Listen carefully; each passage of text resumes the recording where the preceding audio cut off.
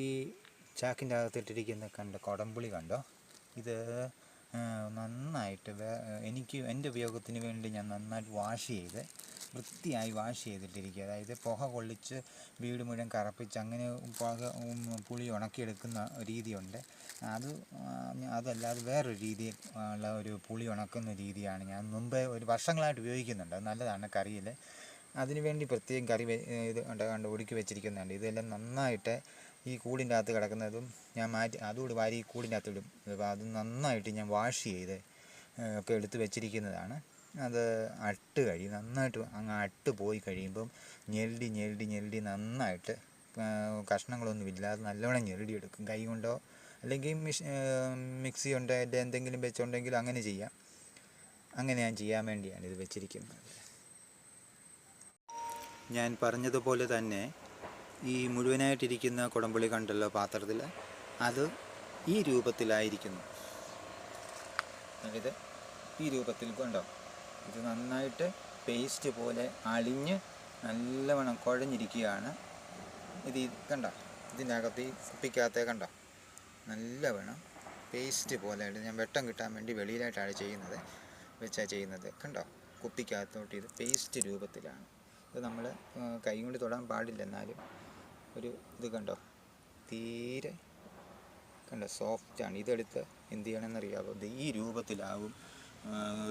ഒരാഴ്ച അല്ലെങ്കിൽ 2 ആഴ്ച എടുക്കുമ്പോഴത്തേന് ഈ കളറാവും ഇത്. അപ്പം നമ്മുടെ കറിക്ക് വെജിറ്റബിൾ കറി ആയാലും ഫിഷ് കറി ആയാലും ഏത് കറി ആയാലും നമ്മൾ ഇത് എന്ത് ചെയ്താൽ മതി? ഇതെടുത്താൽ മതി.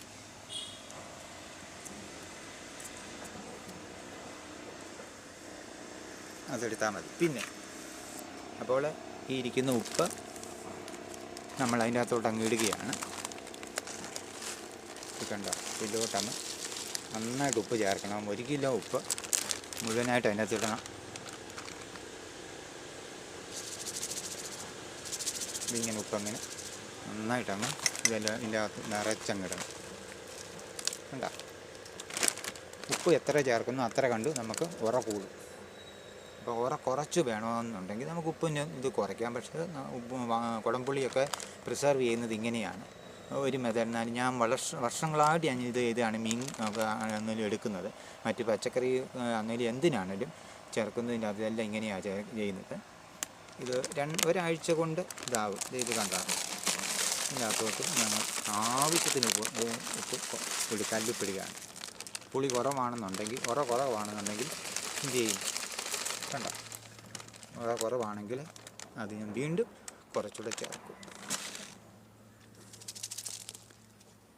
ഇതെന്തിനാണ് ഇങ്ങനെ ചെയ്യുന്നതെന്ന് ചോദിച്ചാൽ മറ്റേ കേടൊന്നും ആവത്തില്ല. ഇങ്ങനെ മുകളിലെ തന്നെ ഉപ്പങ്ങ് ഇട്ട് കഴിയുമ്പോഴത്തേക്ക് താഴോട്ട് ഇതിൻ്റെ ഉപ്പല്ലേ പെട്ടെന്ന് ക്രമേണ അങ്ങ് ലയിച്ച് താഴോട്ട് അങ്ങ് പിടിച്ച് കഴിയുമ്പോൾ തന്നെ താഴോട്ട് അങ്ങ് ഒതുങ്ങി കഴിയുമ്പോൾ ഒന്നുകൂടെ ഒന്ന് വൃത്തിയുള്ളൊരു തവി കൊണ്ട് ഇളക്കുകയോ അല്ലെങ്കിൽ സ്പൂൺ കൊണ്ട് തവി കൊണ്ട് ഒന്ന് ഇളക്കുകയോ അല്ലെങ്കിൽ കുപ്പി അടച്ചിട്ട് മേലോട്ട് ഒന്ന് വട്ടം ചുറ്റി കഴിയുമ്പോഴത്തേന് കുപ്പി എടുത്ത് വട്ടം ചുറ്റി എടുത്ത് മേലോട്ടൊന്ന് എടുത്ത് കഴിയുമ്പം തന്നെ ഈ ഉപ്പെല്ലാം അടിവശത്ത് വരും.